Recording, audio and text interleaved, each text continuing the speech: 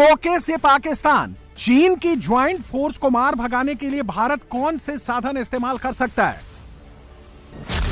Ground operation के लिए para SF, घटक प्लाटून्स, नदी घाटियों और झीलों में ऑपरेशन के लिए मार्कोस कमांडो, धनुष, पिनाका जैसी मल्टी रॉकेट लॉन्चर्स, हवाई हमला करने के लिए राफेल, सुखोई 30 MKI, मिराज 2000 जैसे फाइटर जेट्स, डिफेंस के लिए S-400 की तैनाती की जा सकती है।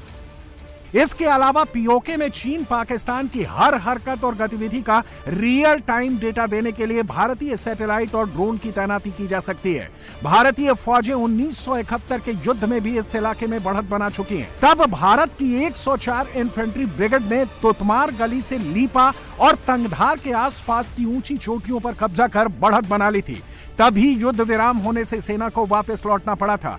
इस बार पाकिस्तान को भी पता है कि भारत आएगा तो पाकिस्तान को हमेशा के लिए पीओके से भागना पड़ेगा। अब सवाल उठता है कि कर्ज में डूबा पाकिस्तान क्या 1963 वाली हरकत फिर तो नहीं करेगा?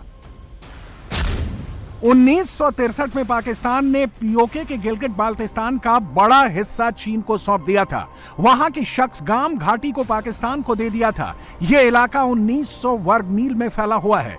चीन 1962 में अक्साई चिन पर कब्जा जमाए बैठा है, जिसका इलाका 38,000 वर्ग किलोमीटर है। अक्साई चिन और गिलगित बाल्टिस्तान के पास ही दुनिया का सबसे ऊंचा युद्ध क्षेत्र सियाचिन स्थित है।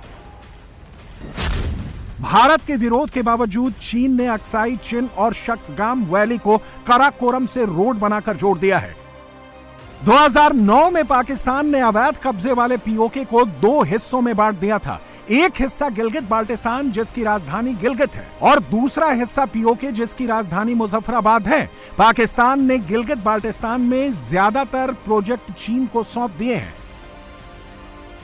अब पाकिस्तान ने गिलगित बाल्टिस्तान में एक नया माइनिंग बिल पास किया है। इस माइनिंग बिल में चीनी कंपनियों को गिलगित बाल्टिस्तान में माइनिंग का काम सौंप दिया गया है। इसके खिलाफ गिलगित बाल्टिस्तान में जबरदस्त विरोध प्रदर्शन हो रहे हैं। प्रदर्शनकारियों पर पाकिस्तानी फौज जुल्म ढा रही है। माइनिंग बिल के खिलाफ प्रोटेस्ट मार्च की कॉल देने वाले एहसान एडवोकेट, मसूद उर रहमान, शब्बीर मयार और इब्रार बागोरो को गिरफ्तार कर अज्ञात स्थान पर ले जाया गया है। अगर पाकिस्तान से बात होगी तो टेररिज्म पर ही होगी। प्रधानमंत्री मोदी के कड़े रुख के बाद पाकिस्तान को समझ में आ गया है कि न सिर्फ पीओके बल्कि गिलगित बाल्टिस्तान से भी उसे बोरिया बिस्तर उठाकर भागना पड़ेगा।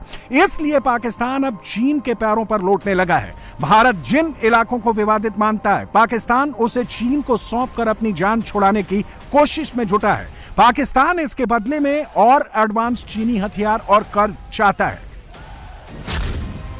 पिछले 5 साल में पाकिस्तान ने 81% हथियार चीन से खरीदे हैं। इनमें डिफेंस सिस्टम और मिसाइलें भी शामिल हैं। इनका हश्र क्या हुआ, यह पाकिस्तान देख चुका है। उसके आतंकी अड्डे और एयरबेस को चीनी डिफेंस सिस्टम बचा नहीं पाया। चीन के अलावा पाकिस्तान ने कई विदेशी मुल्कों को भी पीओके जैसे विवादित क्षेत्र में निवेश कराया है। सऊदी अरब ने यहां एक यूनिवर्सिटी में निवेश किया है। तुर्की ने सरकारी कार्यालय बनवाए हैं। कुवैत ने इंफ्रास्ट्रक्चर प्रोजेक्ट में $100 बिलियन खर्च किए हैं। चीन के अलावा करीब 1000 विदेशी नागरिक भी यहां काम कर रहे हैं। भारत का ट्रेलर देखकर पाकिस्तान इस कोशिश में है कि जो भी पीओके और गिलगित बाल्टिस्तान में मिल जाए उसे समेट कर वो निवेश करने वाले देशों को उनके हाल पर छोड़कर 9-2-11 हो जाए और जब भारत हमला करे तो ये देश उसकी मदद करे। भारत ने अभी युद्ध खत्म नहीं किया है बल्कि वाटर वॉर और तेज कर दिया है। रॉयटर्स की रिपोर्ट के मुताबिक पहलगाम हमले के बाद भारत ने चेनाब, झेलम और सिंधु नदियों पर चल रहे प्रोजेक्ट के काम को और तेज कर दिया है। चिनाब नदी पर बने रणबीर डैम की लंबाई 120 किलोमीटर की जा रही है। इसके पूरा होने पर भारत झेलम का 150 क्यूसेक मीटर पानी मोड़ सकता है। अभी सिर्फ 40 क्यूसेक पानी ही भारत मोड़ पाता है। पाकिस्तान पर लगातार प्रहार जारी है। देखना है कब तक मौलाना मुनीर और शहबाज शरीफ चीन की गोद में बैठकर पाकिस्तानी आवाम को युद्ध जीतने की फर्जी कहानियां सुनाते रहेंगे। ऐसा ना हो कि पाकिस्तान की आवाम एक दिन उन्हें दौड़ा ले।